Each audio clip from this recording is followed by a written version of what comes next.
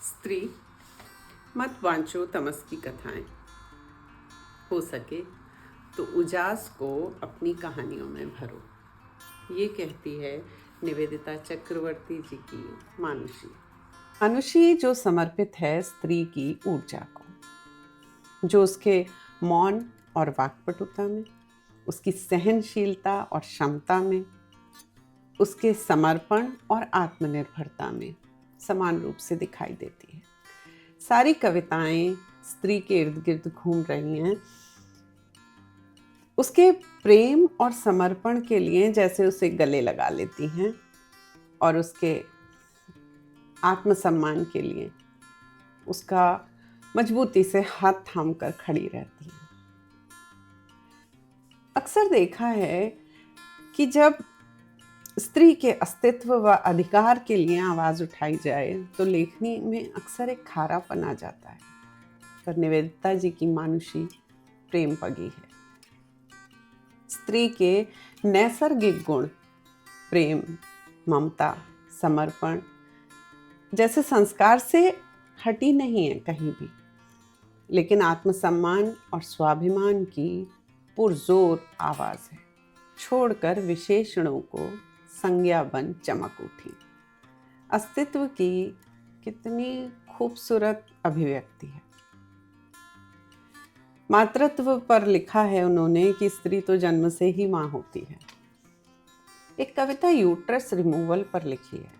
अक्सर हम देखते हैं कि स्त्रियों के लिए ये एक इमोशनल क्राइसिस हो जाता है और बड़ी कोमलता से लिखा है कि ये प्रथम घर है मेरे बच्चों का, इसे कैसे कहो मैं जुदा कर दूं। एक कविता जो मन की गहरी तह में उतरती है।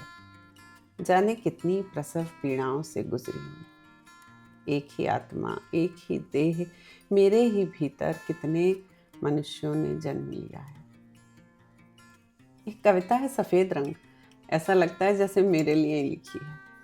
सब स्वतंत्र हैं, रंगे रहें अपने रंगों में, मैं रहूंगी अपने श्वेत उजलेपन में। अब न कोई मुझे रंगे, न मैं किसी के रंग में रंगूं। बहुत खूबसूरत है। मन का एक कोमल कोना बड़ी ही दृढ़ता से लिखा है कविता में, तुम अच्छे लगते हो। कविता लंबी है, सुनाऊंगी कैसे, पढ़ के देखिए।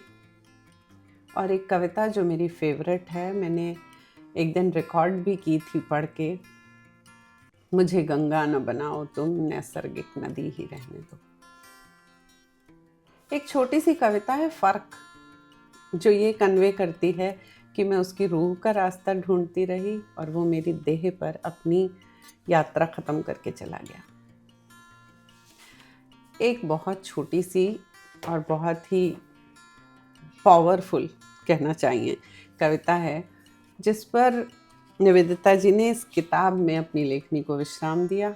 मैं भी उस छोटी सी कविता से अपनी बात खत्म करती हूँ। सुनिए। मैं क्या हूँ? एक ओस की बूंद जो किसी किरण के आगे भी घुटने टेक दे। मैं क्या हूँ? एक आकाश जो सूर्य को भी गोद में खिला ले। शुक्रिया। किताब पढ़िए जरूर।